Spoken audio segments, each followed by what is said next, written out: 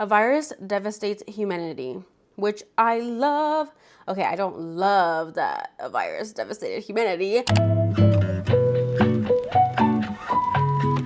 Hi friends, welcome back to my channel. If you're new here, I'm Johanna and welcome to my cozy book space. For today's video, we're gonna be doing my TBR jar, chooses my November TBR. I literally cannot believe we're already in the month of November. It is crazy to me. We're almost in 2026, you guys. It's crazy, it's crazy. Let's go ahead and choose our 5 picks. We need some good ones. We need some good ones because I'm filming reading vlogs for each month. I'm almost done with the month of May. I know I'm far. But I think I can do it. I think I can do it. Pray for me. And then I do have a whole different series and idea I want to do for the new year. So we'll just see. I do want to read all of the books that were chosen from my TBR jar in reading vlogs before the end of the year. I'm so excited. I'm nervous. So we need to get some good picks because I am putting off a lot of books that I want to read that came out this year so I could finish these picks. So let's get into it. I think I'm just gonna pick. Okay. So we have a yellow and a pink. We're gonna do that blue. We're gonna do this orange. What color am I missing? Oh, green. We're gonna do this green. So we have the 5 picks. Let's see what they are. Okay, let's open the pink one first.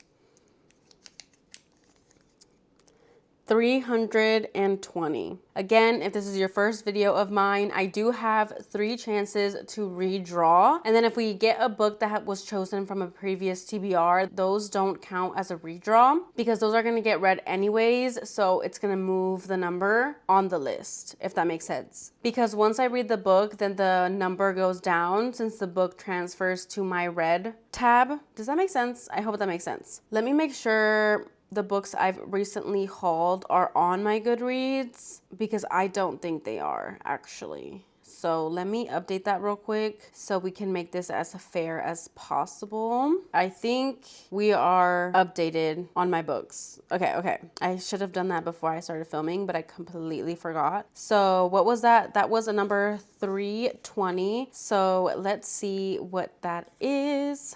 She's gonna be a new, a recent add-on, okay? Hopefully it's good. Hopefully it's good.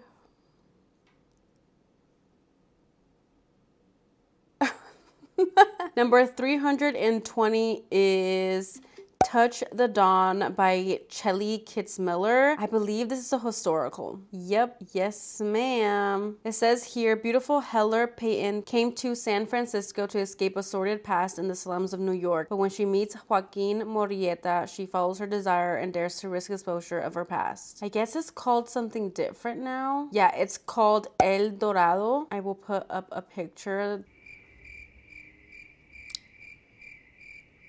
Yeah, honestly, I should probably unhaul this book because I have zero desire to read that. So we're just gonna go ahead and redraw one of these and make note to unhaul that because what the hell was that? I mean, it sounds interesting. I just know that I don't want to read it. So I'm gonna use one of my redraws for that. Maybe. We'll see what my other picks are because I might want to use those for that because this one's not too bad and maybe I can find it on my Libby and listen to the audiobook of it. So let's open our next one. We're gonna do the orange one. This is number 191. We already chose this one. 191 is The Brightest Light of Sunshine. That was chosen for the previous month. So that one does not count. Let's choose another orange one. Let's do this one right here.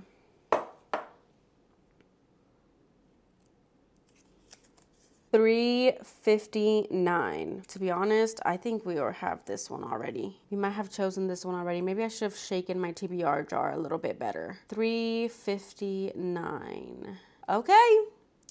359 is Silver Elite by Danny Francis.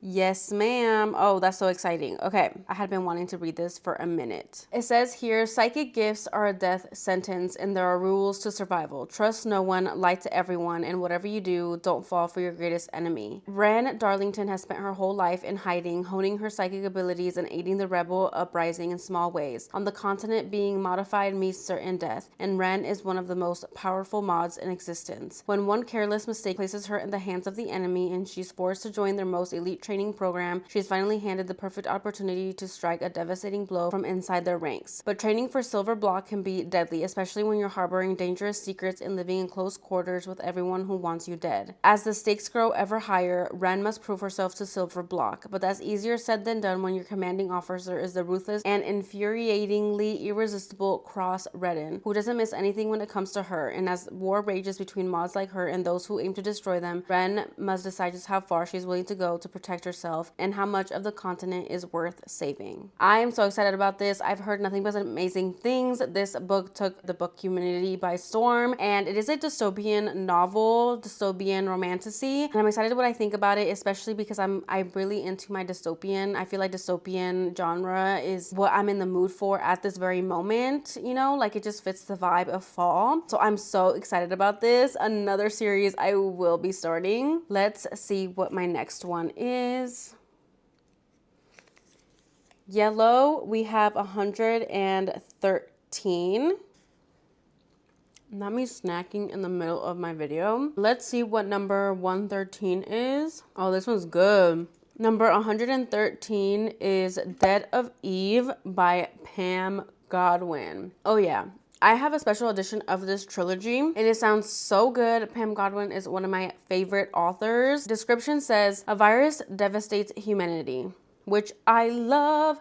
Okay, I don't love that a virus devastated humanity.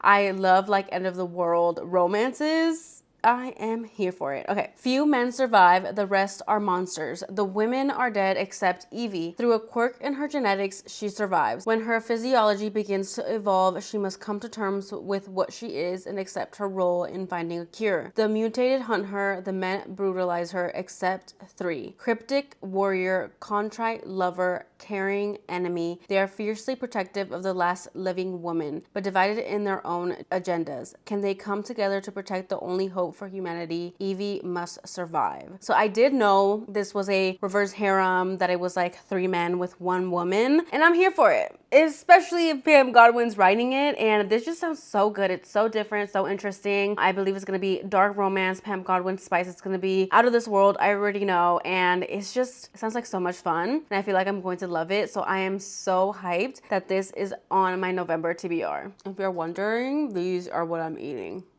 I need them far away because I will eat the whole bag. The green one, 393. We got some big numbers, y'all. 393. This is gonna be one of my newer ones as well. This is perfect. This is literally one that I just added. I didn't know that we were that close. 393.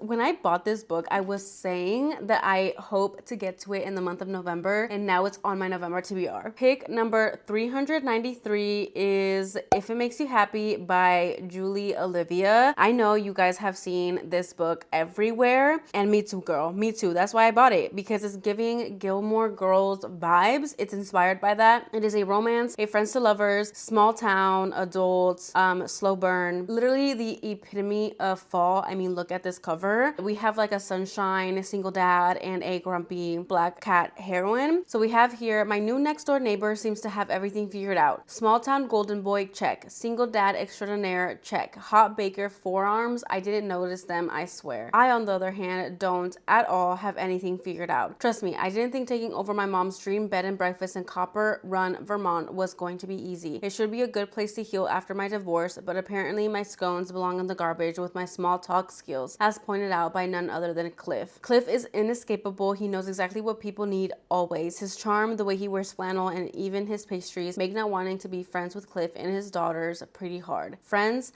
I can make friends. That's safe. Except I'm leaving in 3 months to pass the inn off to my little sister and get the promotion in Seattle I've been working towards. So ask me why I'm thinking about kissing my hot neighbor. It literally literally the TBR gods are in my favor, especially with this one. Okay, last one before we might redraw for the first one we opened. We have the blue one. Oh my God, it's a tiny number. Number 57.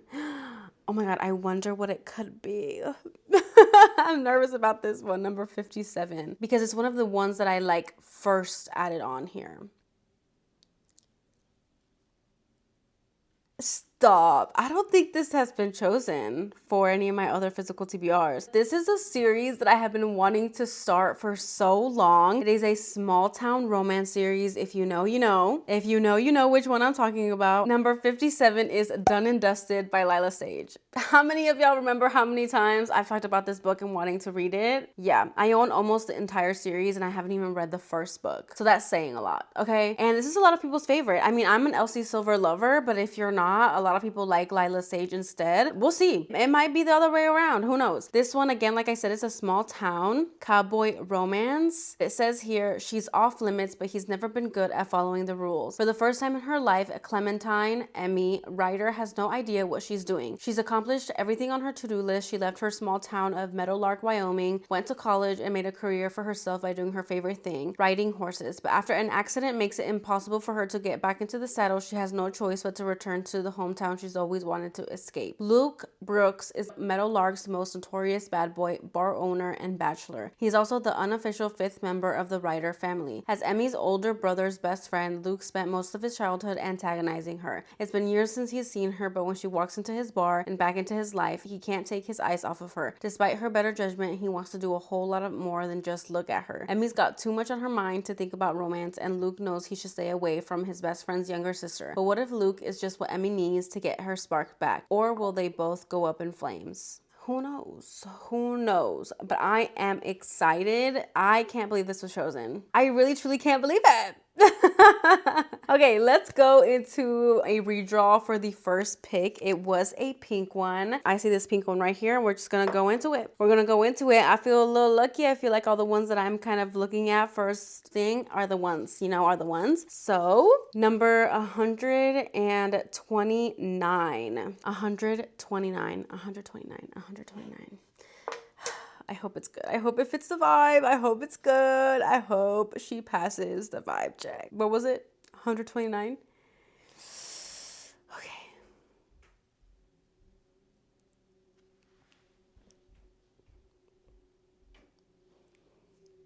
Wow, I'm good. I'm so good. It's not even funny. Number 129. Oh my God. This is a series that I have been wanting to read for the longest time. The newest release of this series came out this year, this month in October. And I told myself I couldn't buy it because I haven't even read the first book. But everybody is so in love with it. And I've seen like small quotes and kind of different things about it. And I've just been wanting to read it. And the first book was finally chosen. So I get to start this series and see what the hype is about. Anyways, let me tell you guys what book this is. Number 129 is This Woven Kingdom by Tahari Mafi. This November TBR is about to go crazy. Clashing empires, forbidden romance, and a long-forgotten queen destined to save her people. Tahari Mafi's first in an epic romantic trilogy inspired by Persian mythology. This started off as a trilogy, but it went right past trilogy, okay? I'm pretty sure the fourth book just came out in October, either the fourth or the fifth, but I'm pretty sure it's the fourth. Anyways, it says, to all the world, Alice?